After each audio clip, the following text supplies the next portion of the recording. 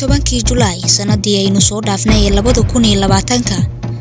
ayaa xildhibaanada golaha aqalka hoose ee baarlamaanka Soomaaliya waxa ay sheegeen in ay kalsoonida kala laabteen wasiirka koowaad ee xukuumadda Xasan Cali Khayre ee golahiisa wasiirada taasi oo dhaqso u ayiday madaxweynaha dalka Maxamed Cabdullaahi Farmaajo. Xasan Cali Khayre oo ah ra'iisul wasaarihii hore ee dalka ayaa ahaa ra'iisul wasaaraha ugu waqtiga dheer ee dalka soo maray tan iyo burburkii kadib waana ra'iisul wasaare awoodiisu ay sareysay xilligaasi. Xasan Cali Khayre ayaa intuu joogay xafiiskiisa ayaa waxa uu qabtay waxqabad aad u sareyso ay ka mid tahay la dagaalanka musuqmaasuqa, bixinta mushaaraadka shaqaalaha dawladda iyo ciidamada,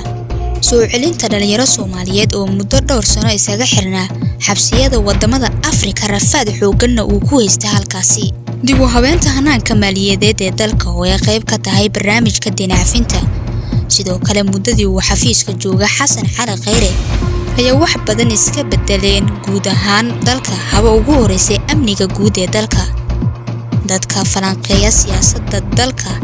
iyo shacab badan ayaa aaminsan in ra'iisul wasaare Khayre uu xilkiisa ku waayay damac muddo kororsi uu ku jiray madaxweyne Maxamed Cabdullaahi Farmaajo,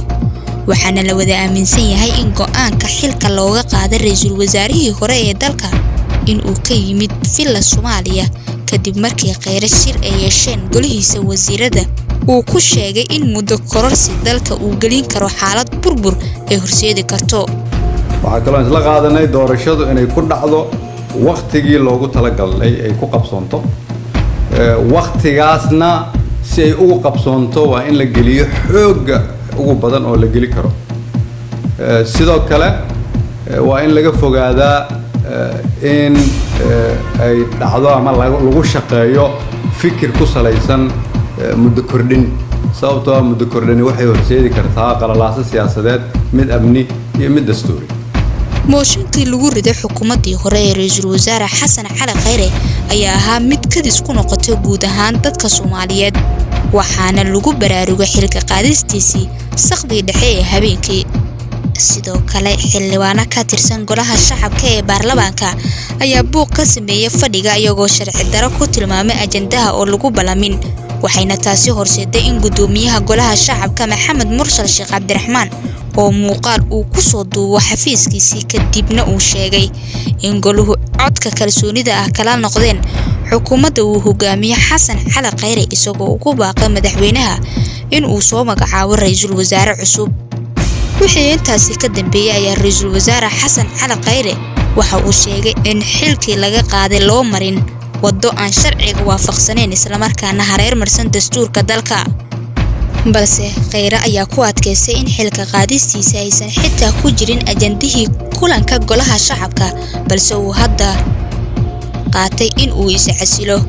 isagoo sidoo kale sheegay in uu u turayo dadka iyo dalkaba isla markaana aan dib loogu laaban burbur iyo dhibaato kale. ra'iisul wasaarihii hore ee dalka Xasan Cali Khayre ayaa si cod kornimo ku jirto ku yiri sida tan: anigoo og in wixii maanta golaha shacabka ka dhacay ay ahaayeen sharci darro aan loo marin habraacii saxda ahaa ee xilka qaadis xukuumadeed, anigoo og inaanay ku jirin ajandaha,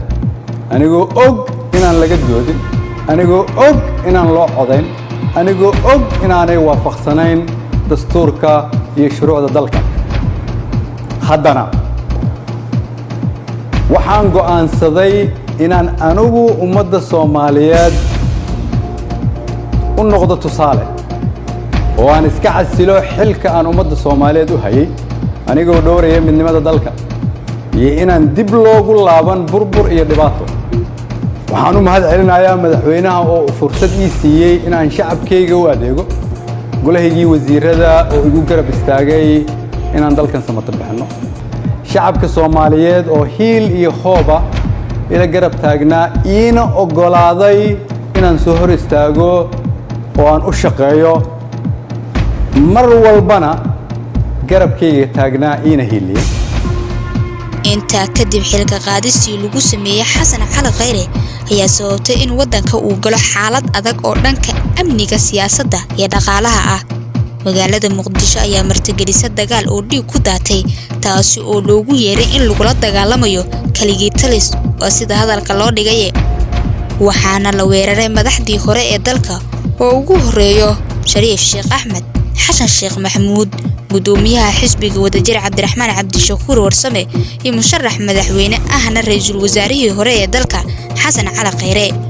ugu dambeyntii taasi oo sabab u noqotay in beesha caalamka ay kaabihii dhaqaale ay ka goosato dawladda ilaa iminka ayaa la aaminsan yahay in wadanka ay ka jirto xaalad hubanti la'aan oo dhanka doorashada ah rabbi ha samata bixiyo wadanka